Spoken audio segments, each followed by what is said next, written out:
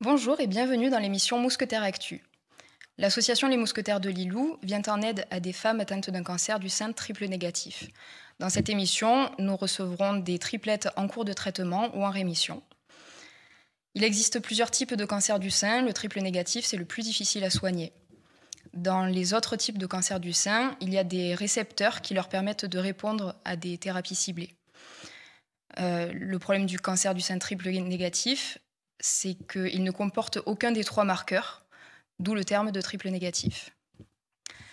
Notre bataille se base sur l'accessibilité de certains traitements prometteurs en France et pour toutes, et non pas pour quelques essais très protocolaires.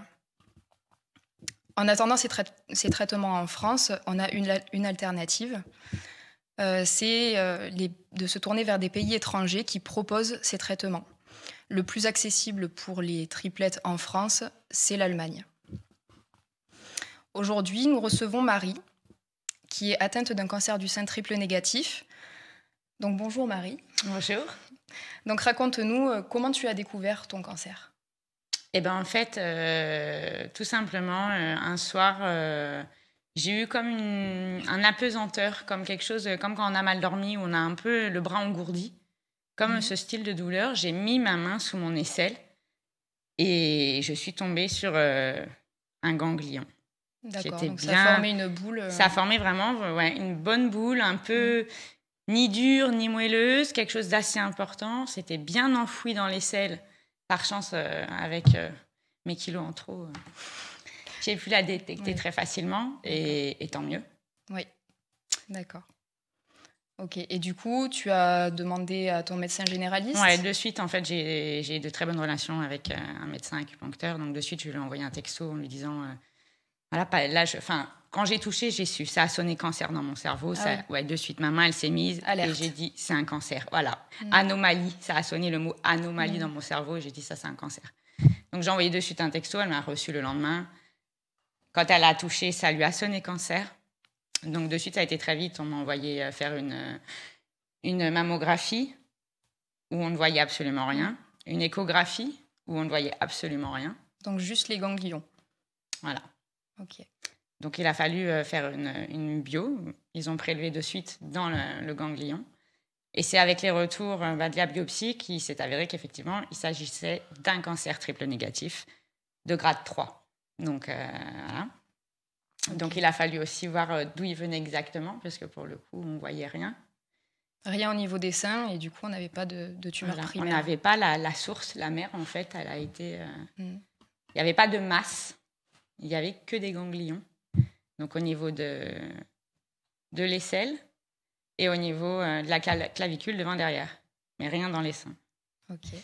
Donc, c'est au TEP scan qui a été effectué qu'ils ont pu localiser ce qui se passait et me mettre donc de suite en chimiothérapie. De suite, dans la foulée, 1 mois après, j'étais déjà sous chimiothérapie. Donc, on a fait un premier protocole de cure de EC90. C'était une injection tous les 15 jours sur 2 mois. Et puis, on est passé à une cure de Taxol, à une cure par semaine sur 3 mois. Voilà, donc maintenant, c'était l'opération. Il fallait. C'est toi qui as fait la demande de cette opération? Alors, le sein gauche, il n'avait aucune masse, mais au niveau des tracés médicales, il était quand même pris à 60%. Donc, il était à enlever. Donc, il fallait enlever. Il y avait l'ablation du sein gauche de toute façon. Et dans tout ça, moi, forcément, enlevez-moi tout, parce qu'en fait, forcément, moi, je veux vivre, en fait. Donc, on est pris dans quelque chose qu'on ne connaît pas. Et puis, on fouille un peu, triple négatif, qu'est-ce que c'est? On voit que l'issue, elle est un peu compliquée. Donc, moi, j'ai 5 enfants, des enfants en bas âge. Donc, j'aurais demandé l'ablation complète pour mettre, comme on dit, 97% de chance de mon côté, puisque 97% de glandes mammaires en moins. Oui.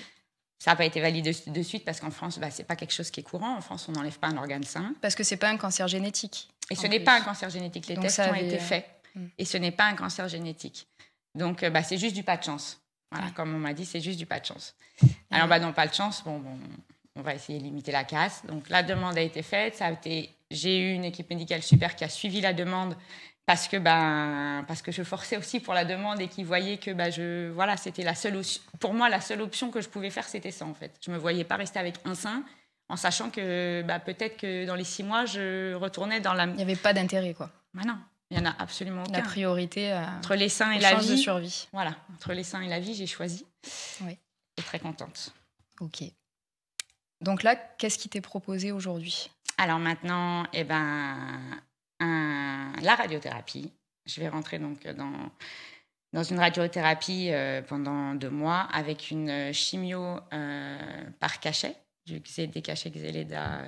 Donc c'est une chimio buccale, comme on appelle. Donc voilà, dans l'espoir que voilà, parce que le problème c'est toujours la même chose, c'est qu'en fait la chimio n'a pas eu il n'y a pas eu de rétractation des ganglions, ni en nombre ni en taille. Et donc en fait elle a marché mais pas sur les ganglions, ce qui fait qu'en fait les ganglions inopérables sur la clavicule. Il reste et il n'y a pas d'autre alternative que la chimio orale qu'on te propose là. Voilà. Donc quand j'avais vu la gynécologue, elle m'avait dit qu'effectivement il existait des chimios injectables aussi. Parce que quand elle a vu mes résultats de bio suite à l'ablation, ils ont retrouvé 2 foyers cancéreux à haut grade, invisibles en imagerie. Donc, voilà, le souci heureusement est là. Que ça a été enlevé. Et heureusement que tout a été enlevé. Ça va que c'était le sein gauche encore, mais ils sont là et on ne les voyait pas. Et voilà. Donc, il y aurait une autre chimio, mais la réunion a eu lieu. Moi, je passe en radiothérapie et avec les cachets. Là, pour l'instant, pour la suite du protocole. Ta radiothérapie commence quand ? J'en ai aucune idée. J'ai rendez-vous à la fin du mois avec mon oncologue. Je n'ai toujours vu personne pour ce qui concerne la radiothérapie. Donc encore de l'attente. J'attends parce qu'il y a des examens à faire, il y a un TEPS à passer, il y a tout ça, donc ça va être encore un petit peu long. D'accord. Voilà.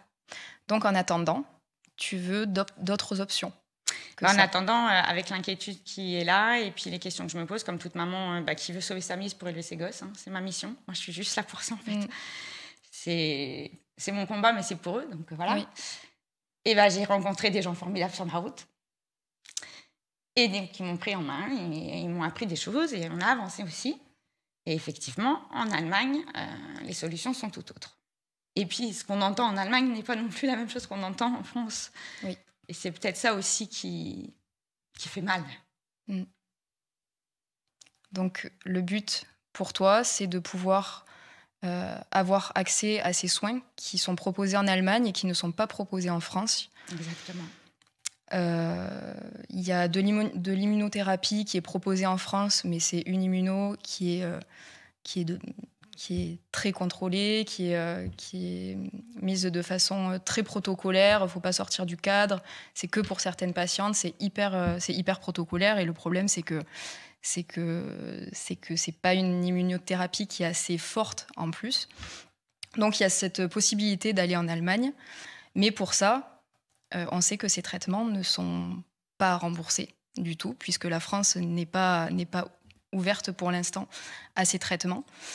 Et c'est pour ça qu'on se bat aussi, pour que ces patientes françaises puissent partir en Allemagne, se faire soigner, contre un prix qui est quand même assez élevé. Et donc pour ça, tu as ouvert une cagnotte. Voilà, j'ai ouvert une cagnotte Litchi. J'ai dû ouvrir une cagnotte Litchi. Donc voilà, c'est cancer sa mère, pour ce qui est de ma part. On est obligé un petit peu d'essayer de faire bouger les choses, parce que c'est énormément d'argent. Donc il y a la bataille de la maladie, et il y a aussi cette bataille qui vient en plus se rajouter, qui est parfois plus terrible à accepter. Donc on doit un petit peu réclamer à tous votre pognon pour une guérison.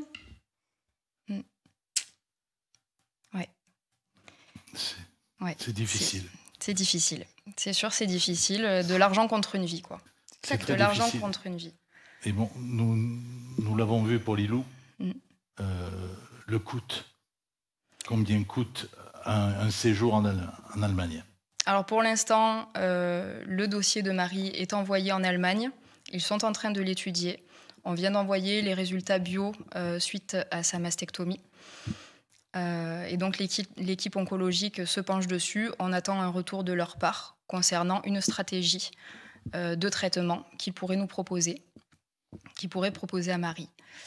Donc, et de là, on attendra aussi un devis, mais ce sont des sommes astronomiques qui qui, en règle générale, ne sont pas en dessous des 100 000 € et vont souvent bien au-delà. Et c'est pour ça aussi qu'on est là, pour partager cette cagnotte, pour partager l'histoire de Marie. Et puis voilà, lui donner les chances de pouvoir continuer à élever ses enfants. Voilà. C'est un bon challenge. Oui. C'est un beau challenge. Oui, c'est un beau challenge. On Oui. est trop. Oui. On n'est pas assez, mais on est finalement tellement trop. Tellement C'est ça. trop. Le triple négatif, ça touche entre 12 et 13 000 femmes par an. Donc, c'est pas assez pour se pencher dessus. Mais finalement, on se rend compte qu'il y en a trop, beaucoup autour de nous. Oui, rien qu'en parlant encore aujourd'hui, on s'est rendu compte. On se rend compte qu'il y a des gens touchés par ce cancer, ce type de cancer. Donc, c'est pas assez, mais c'est trop. Exactement. Exactement. Bon, je vais quand même me faire passer un petit peu à l'antenne. Je ne suis pas du tout. Voilà. Je suis juste le régisseur. Allez, je vous laisse la parole. Est-ce que tu as quelque chose à rajouter, Marie ? Je vous remercie déjà, toi, Lucie. Avec je remercie à tous. Et puis, voilà, j'espère qu'on arrivera à toutes se réunir et à toutes faire quelque chose pour que les choses bougent et les choses avancent. Et je garde l'espoir parce qu'avec des gens comme vous, je peux que garder l'espoir. Voilà. C'est pour ça qu'on est là et on va essayer de tout faire pour faire passer le message de Marie au plus grand nombre. Et de toute façon, et je m'appelle Maxime Marie, donc je le précise comme ça. Mais voilà, c'est une petite aparté. Merci beaucoup. Et avec plaisir. Merci Alain. Avec plaisir aussi. D'avoir géré cet entretien. Et puis voilà, vous pouvez continuer à nous écrire sur l'adresse mail lesmousquetaires-de-lilou@gmail.com, notre numéro de téléphone 07 77 80 62 62, et on va faire également passer le lien de la cagnotte de Maxime Marie. Merci Lucie. Et voilà, on peut dire aussi que cette émission sera diffusée donc sur YouTube, oui, et qu'elle sera partagée sur Facebook, entre autres sur la page Les Mousquetaires de Lilou. Voilà. Merci à tous. Merci beaucoup. J'ai un petit message, c'est pas grave, c'est un petit appel. À bientôt.